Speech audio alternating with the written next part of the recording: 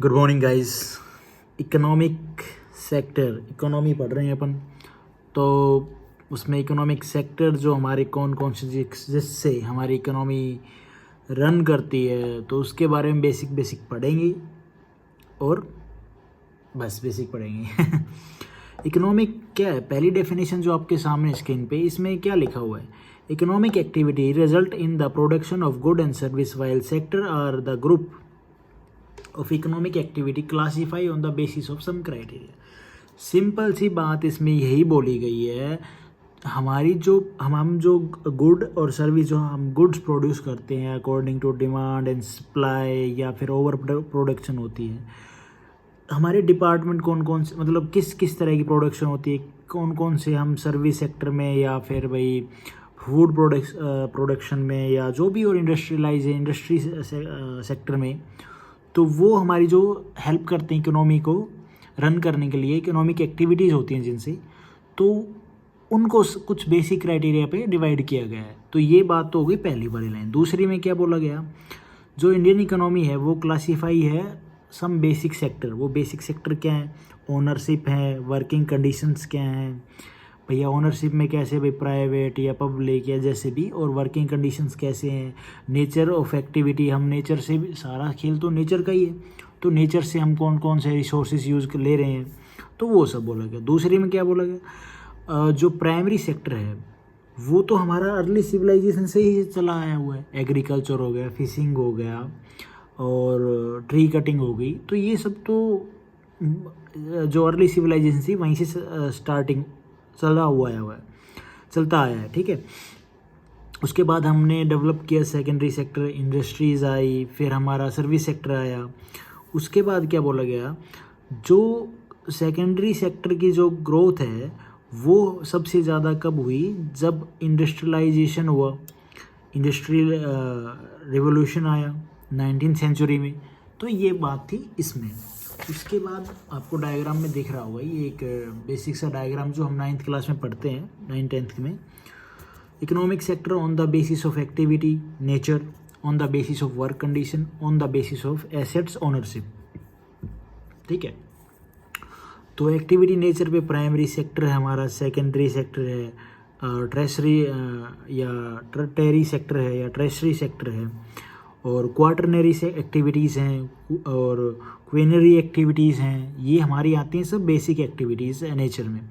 और फिर हमारी वर्क कंडीशन पे ऑर्गेनाइज सेक्टर भी हैं, हमारे अनऑर्गेनाइज सेक्टर भी हैं, एक एक करके बात करेंगे सबकी।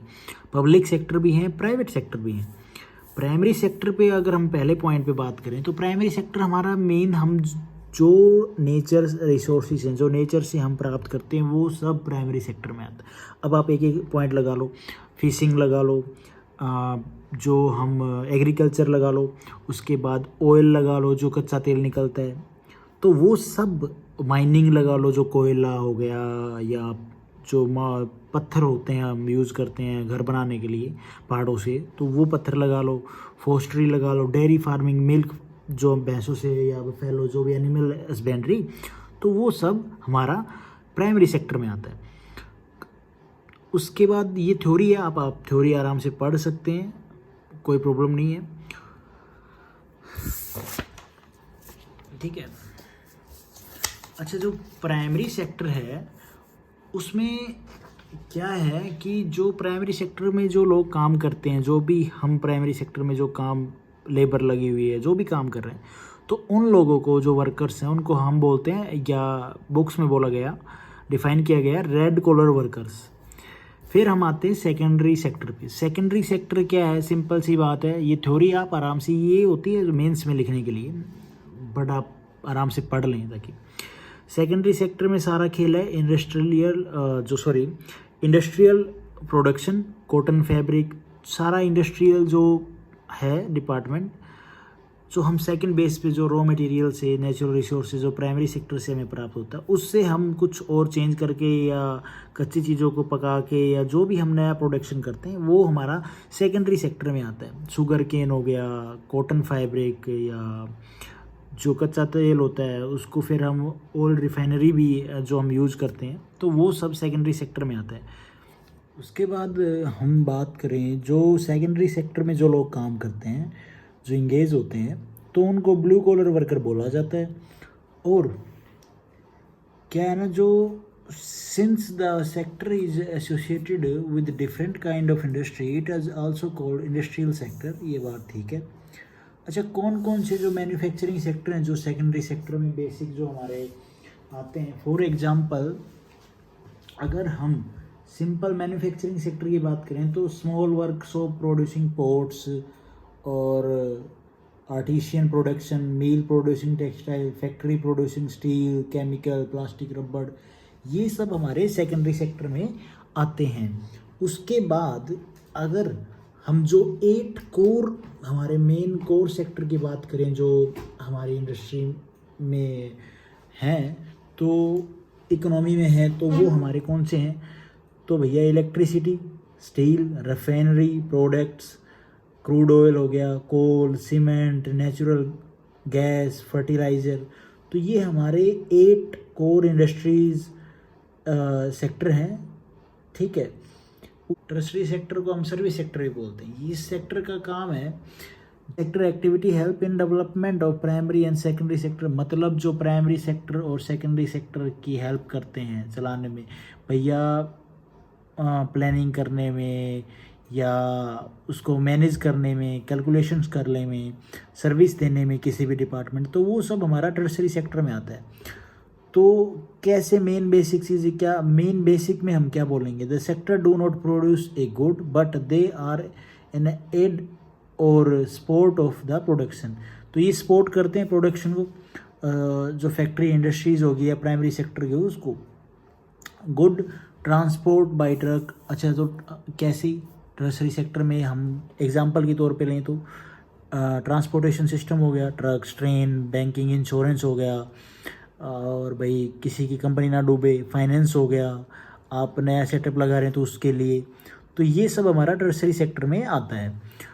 उसके बाद इसमें जो लोग काम करते हैं, जो जॉब करते हैं, उनको हम वाइट कॉलर जॉब बोला गया, ठीक है, उनको वाइट कॉलर जॉब बोली गई।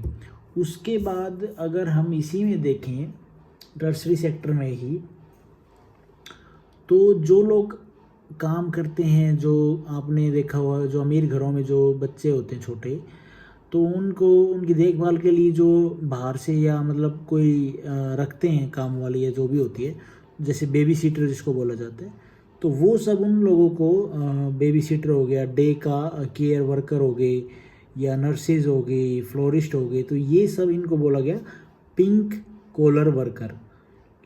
लेकिन आज के टाइम में ना women have more opportunity in traditionally male white collar job, और man work is traditionally female pink collar job. तो उल्टा हो रखा है, वो उनकी जॉब कर रहा है, वो उनकी जॉब कर रहा है। अच्छा, अब सनराइज जो इंडस्ट्री है जो हमारी आज के टाइम में जो 19th सेंचुरी के बाद जो सबसे ज़्यादा इकोनॉमिक में जिनकी भागीदारी रही इकोनॉमिक सेक्टर में, तो इंफॉर्मेशन टेक्नोलॉजी, टेलीकॉम सेक्टर हो गया हमारा, हेल्थ केयर सेक्टर हो गया, इंफ्रास्ट्रक्चर सेक्टर हो गया, रिटेल सेक्टर हो गया, फूड प्रोसेसिंग इंडस्ट्रीज ज़्यादा, और तो ये सब हमारे सेक्टर आए उसके बाद। अच्छा, अब हम देखते हैं क्वार्टरनरी एक्टिविटीज़ कौन सी होती हैं। तो these are specialise tertiary activities, उसी का सब पार्ट है टर्सरी एक्टिविटीज़ का। इन द नॉलेज सेक्टर, हमारा जो नॉलेज सेक्टर है वो ठीक है, which demand A separate classification. Okay, this quaternary sector is the intellectual aspect of the economy, or it is the process which enable entrepreneur to innovate and improve। जो हमारे industries हैं, जो entrepreneur हैं, उनको बोला जाता है कि वो भैया क्या करें, इनोवेट करें कुछ नया, कुछ नई नई चीज़ों का, और इम्प्रूव करें उनको। तो ये बोला गया है यहाँ पे।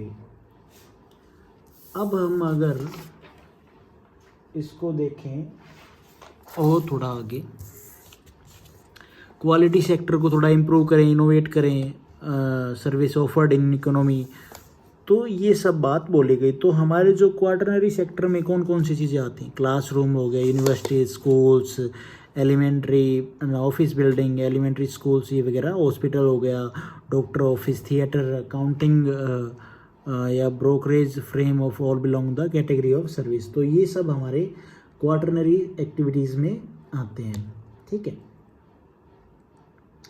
अब अगर हम बात करें क्वार्टरनरी सेक्टर की, जो क्वार्टरनरी सेक्टर है वो क्या होता है, उसमें क्या मेन है। तो क्वार्टरनरी सेक्टर हमारा देखें अगर हम, तो quaternary sector is a part of economy where the top level decision are made. अच्छा, जो सबसे ऊंचे लेवल के जो डिसीजन हमारे लिए जाते हैं देश के लिए या इकोनॉमी या कोई भी सेक्टर में, तो वो हमारे क्वार्टरनरी सेक्टर में आते हैं।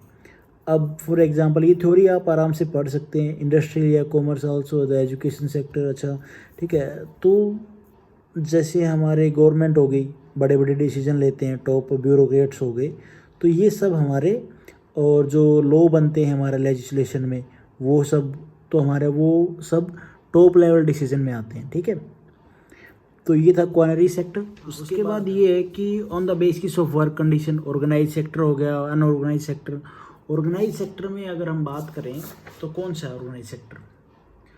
ऑर्गेनाइज सेक्टर में जो गवर्नमेंट का सबसे ज़्यादा इन्वॉल्वमेंट होता है, the sector in which employment term are fix and regular. भैया ऑर्गेनाइज सेक्टर जैसे कि आप गवर्नमेंट जॉब होगी, कोई भी जो गवर्नमेंट जिसमें आपका, या कोई भी ऐसा बड़ी इंडस्ट्री जिसमें आपका जॉब, आपकी सैलरी सब फिक्स्ड है और रेगुलर है, तो वो एम्प्लॉयमेंट फिक्स है आपकी, तो वो सब सेक्टर हो गए ऑर्गेनाइज सेक्टर, जिसमें हमारे आपकी जॉब की सिक्योरिटी भी है। तो सिंपल सी भाषा ये होगी। तो गवर्नमेंट सेक्टर कह लो आप, and schools, hospitals are covered under this organized sector. Unorganized sector simple सी बात है, प्राइवेट सेक्टर। प्राइवेट सेक्टर में क्या है कि आपकी जॉब की कोई सिक्योरिटी नहीं होती है, और जो बिल्कुल लो लेवल की इंडस्ट्री है उसमें तो आपको बिल्कुल तभी हटा दिया जाता है। जो बड़े प्राइवेट सेक्टर हैं, जो बड़ी इंडस्ट्रीज़ हैं, उसमें तो फिर भी एक बॉन्ड होता है, आपकी सिक्योर जॉब की सिक्योरिटी का कुछ उनको पहले बोलना पड़ता है कि आप इस पर्पज़ की वजह से हम आपको हटा रहे हैं। तो वो सब। और अनऑर्गेनाइज सेक्टर में थ्योरी में क्या बोला गया, होम बेस्ड वर्कर कह लो, जो सेल्फ एम्प्लॉयड वर्कर हैं, जो खुद अपना कमा रहे हैं, अपना बिजनेस, या जैसे भी लेबर वर्कर हैं, जो भी अपने हिसाब से काम करके अपना घर चला रहे हैं, जो तो वेज वर्कर हो गए, ठीक है। अनऑर्गेनाइज सेक्टर में आते हैं ये सब। और इनके बारे में क्या बोला गया है कि जो welfare schemes as mention in second schedule unorganise worker social security act 2008 के अकॉर्डिंग। तो ये सब बात यहाँ पे बोली गई। उसके बाद हमारा आता है भैया last list, private public and ये on the basis of asset ownership. ये आप एक बार देख लें, ये उसी का ही पार्ट है जो अनऑर्गेनाइज सेक्टर है, उसमें जो हमारे इरेगुलर एम्प्लॉयमेंट वगैरह होगी वो सब। On the basis of asset ownership में public sector, private sector. Public sector में भैया हम अगर बात करें तो sector of government own most of asset, तो जो सबसे ज़्यादा शेयर होता है वो गवर्नमेंट का होता है पब्लिक सेक्टर में। गवर्नमेंट कंट्रोल करती है, चाहे वो स्टेट हो, जो स्टेट के अंडर में होंगे वो स्टेट गवर्नमेंट कंट्रोल करेगी, और जो सेंटर के में होंगे तो इनका सर्विस प्रोवाइड करना सबसे भाई गवर्नमेंटल सर्विस हैं जो वो सबसे ज़्यादा प्रोवाइड की जाए, ना कि प्रॉफिट अर्न किया जाए, ठीक है। तो और गवर्नमेंट इस चीज़ को सपोर्ट करती है। अब हम अगर बात करें जो classification of central public sector enterprises हैं, CPSEC, तो उसमें हमारे 3 वो आते हैं, क्या है, इनको 3 वे में क्लासीफाई किया गया है। कैटेगरी इसकी महारत्ना, नवरत्ना और मिनी रत्ना। तो प्रेजेंटली 7 महारत्ना है, 16 नवरत्ना है, 71 मिनी रत्ना है इस सेंट्रल पब्लिक सेक्टर में। और अब अगर बोले महारत्ना ये क्या चीज़ है, समझ नहीं आया, तो भैया ये जो इंडस्ट्रीज़ हैं ना, उनका जो बड़ी इंडस्ट्रीज़ हैं उनको महारत्ना बोल दिया, उससे कम में आते हैं उनको नवरत्ना, और उससे नीचे मिनी रत्ना। तो जैसे GAIL India limited, Indian oil corporation limited, NTPC limited, Bharat heavy electronics limited, coal India limited, natural gas oil, ये सब, और steel authority of India limited, ये सब महारत्ना में आते हैं। और जो नवरत्ना में है, नवरत्ना में अगर हम देखें तो नवरत्ना में मैक्सिमम नेट प्रॉफिट जो जहाँ पे जो वो सेक्टर है अर्निंग पर शेयर ये सब, और मिनी रत्ना में आप 19 हैं 71 हैं, वो ऐसे नहीं, आप अलग से मैं वीडियो बना दूंगा उस पर। अब हम देखते हैं प्राइवेट सेक्टर में। अब प्राइवेट सेक्टर का क्या रोल है भैया? प्राइवेट सेक्टर हो गया जिसका ओनरशिप, सिंपल सी बात है, प्रॉफिट का खेल है सर। ये थ्योरी आप आराम से पढ़ सकते हैं। डिलीवरी ऑफ द सर्विस, आप जितनी अच्छी सर्विस लेंगे उतना पैसा देना पड़ेगा आपको, और यही प्राइवेट इंडिविजुअल का उसका ओनरशिप होती है, ठीक है, कंपनी पे। और the citizen, it is the sometime referred as the citizen sector, which is run by private individual or groups, usually as the means of enterprise for profit and the not controlled by regulated by the state। Control नहीं होता है, regulation फिर भी होता है, आप दिशा निर्देश दे सकते हो कि इस तरह से आप थोड़ा सा काम करें, लेकिन कंट्रोल नहीं होता है गवर्नमेंट का। तो ये था प्राइवेट सेक्टर के बारे में। और प्राइवेट सेक्टर के बारे में अगर मैं बात करूँ आपके सामने, तो there is a well defined allocation of risk between private sector and public entity, ठीक है। कुछ और ज़्यादा इम्पोर्टेंट इसमें नहीं है जो मैं आपको बताऊं। तो सेक्टर वाइज हमारा जो कंट्रीब्यूशन है जीडीपी का, वो इस तरह से तीनों सेक्टरों में और बेसिस सेक्टर में डिवाइड किया गया है। Thank you for watching this video. Hope आप लोगों को यार बेसिक तो मैंने बता दिया होगा, बाकी जो ये थ्योरी आप देख रहे हो ना, ये आपको खुद पढ़नी पड़ेगी। मैं बोल के बता दूंगा तो भी उसका कोई फ़ायदा नहीं है, जब तक आप खुद पढ़ेंगे और फिर खुद समझेंगे ना, तो ही आपको मे बी हेल्प होगी काफ़ी। Thank you for watching this video. Have a nice